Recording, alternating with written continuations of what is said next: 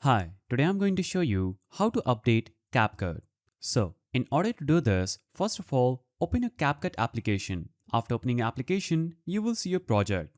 In your project, you'll have to click on menu icon at the top left and click on settings. Now, you will see draft, edit, performance and general. Just click on general and here you will see your language, notification and software update section. Just scroll down and choose automatic updates. So when you choose automatic updates, it will automatically install updates to enjoy the new latest feature.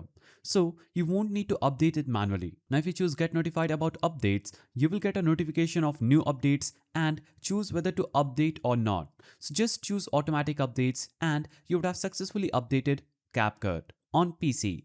If you want to update it on mobile, just navigate to Google Play Store, search for CapCut and click on the update icon just under CapCut. So that's a simple way through which you can update CapCut. If you found this guide helpful, please don't forget to give it a thumbs up and thanks for watching.